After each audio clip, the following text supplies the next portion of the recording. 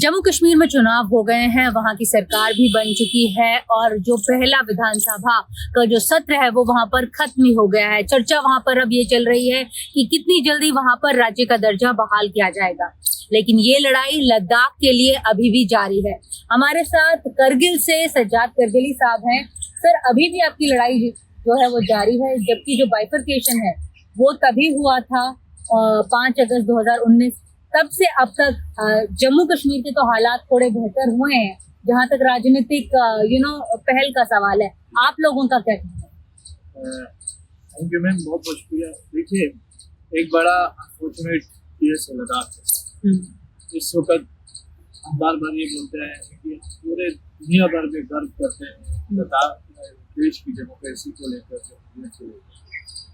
जहाँ तक जम्मू कश्मीर का ताल्लुक है, मुझे लगता है कि आधा रास्ता क्रॉस करने की कोशिश की है और एक तरीके से कश्मीर के लोगों को, जम्मू के लोगों को, जो एक जमाने में हम सब एक हिस्सा हुआ करते थे, तो उनको ये राइट मिला कि वो अपने मन की जो सरकार है वो चुन सके। लेकिन बदकिस्मती की बात यह है कि लद्दाख के लोगों को ये मौका नहीं। तो 47 से लेकर के अब तक ये पहली बार है इस आजाद हिंदुस्तान में जहां लद्दाख के लोग पहली बार असेंबली के राइट से वो लोग नहीं रहे। तो ये बड़ा अनफॉर्चुनेट थी, क्योंकि बहुत बड़ा क्वेश्चन मार्क। दूसरी चीज, क्योंकि सरकार का दावा भी था एम्पावरमेंट का, लद्दाख को अपलिफ्ट करने का, लद्दाख को एम्पावर करने का।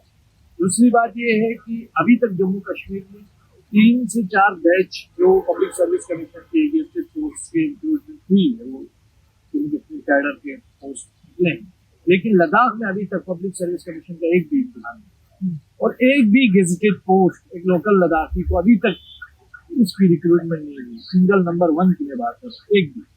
तो ये सबसे बड़ा फेलियर है सरकार का। आप जिसके खाते में भी ये फेलियर डालें वो तो आवाम बताएंगे। कल आप लोगों की मीटिंग है होम मिनिस्ट्री में, नित्यानंद राय साहब के साथ हाई पावर मीटिंग है। चुनावों से पहले एक डेड एंड आ गया था, अब क्या रास्ता फिर से दोबारा से खुलता हुआ दिख रहा है? अच्छी बात है कि सरकार ने इस बार बातचीत के लिए देर से बात सही, लेकिन ये लिया डिसीजन। लेकिन मैं ये कहता हूँ कि फारसी में एक मुहावरा है, निशस्तन उर्दन बर्खास्तन, यानी आए और खाए और चले गए।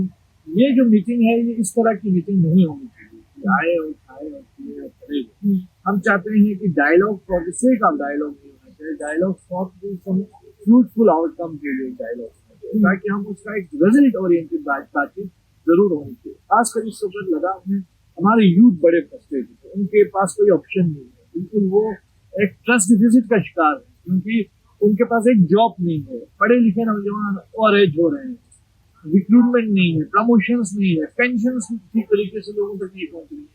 तो कुल मिला के मैं बोलूँ तो जो आइडिया ऑफ यूनियन टेरिटरी था, जो 5 अगस्त 2019 में हमने दिखाई दिया था, वो ख्वाब कहीं ना कहीं फेल होता हुआ नजर आ रहा है।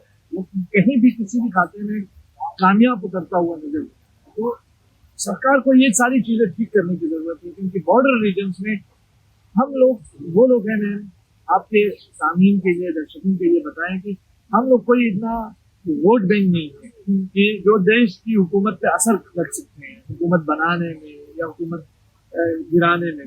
हम किसी नेता को बना या गिरा नहीं सकते, हम बहुत छोटी पॉपुलेशन है, बहुत दूर दराज, लेकिन हम इस देश की ताकत है। इसलिए कि जब जब देश पे आफत आई, हमारे लोगों ने शीशा पिलाई हुई दीवार की तरह बिल्कुल डट के मुकाबला किया देश की सरहदों के।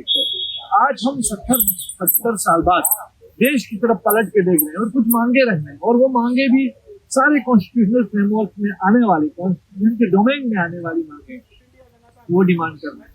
जंगलों की, हमारे जो बच्चे के ग्लेशियर्स हैं, हमारे मादनियात, रिसोर्स, नेचुरल रिसोर्स, उनके प्रोटेक्शन, कल्चरल आइडेंटिटीज के प्रोटेक्शन के लिए सेफ गार्ड मांग रहे हैं, जो ट्राइबल्स को दिया गया है सब्सिडी।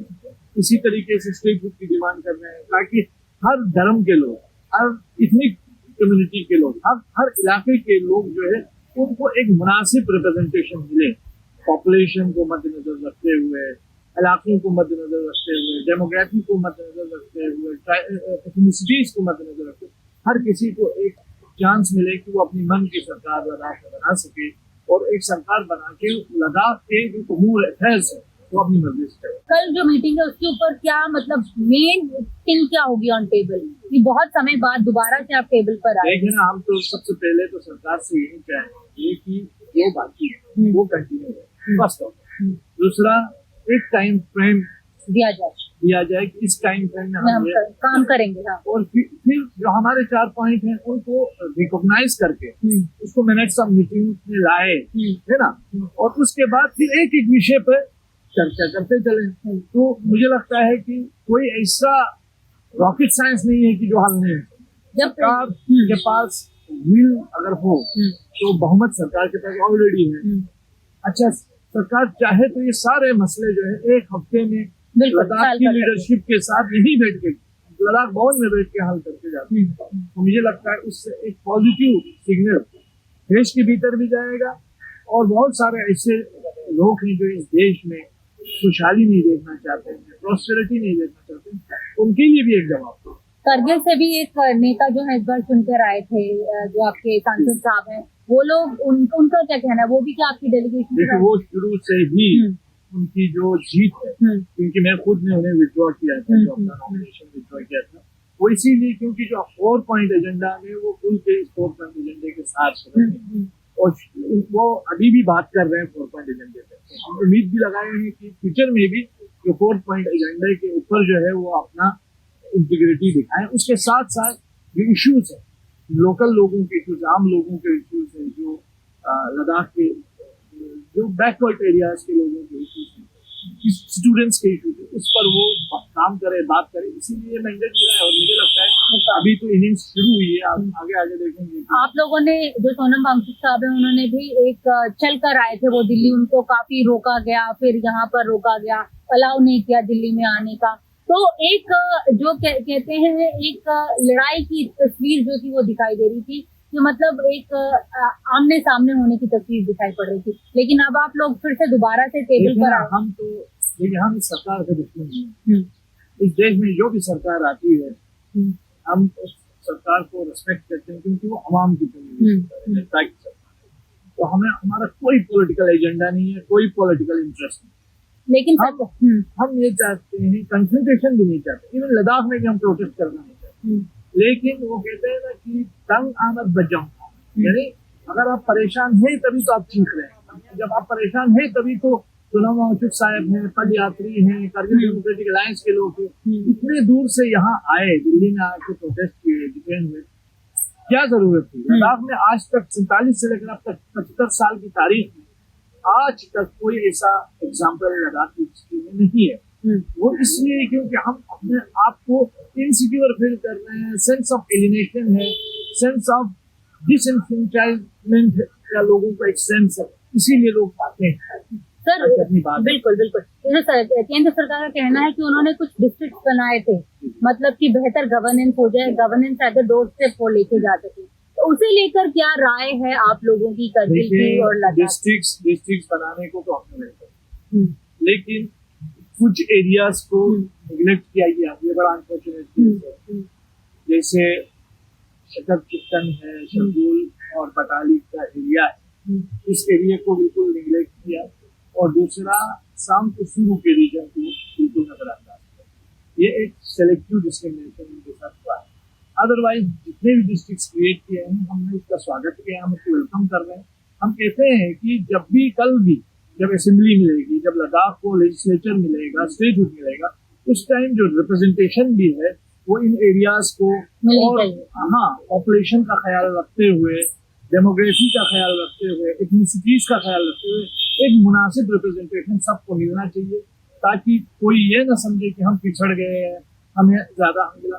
क्योंकि मुझे नहीं लगता है कि यहाँ किसी भी लद्दाख जैसे सेंसिटिव रीजन में किसी भी किस्म का एक पॉलिटिकल एंगल से डिस्क्रिमिनेटिव पॉलिटिक्स करने का कोई जस्टिफिकेशन नहीं है।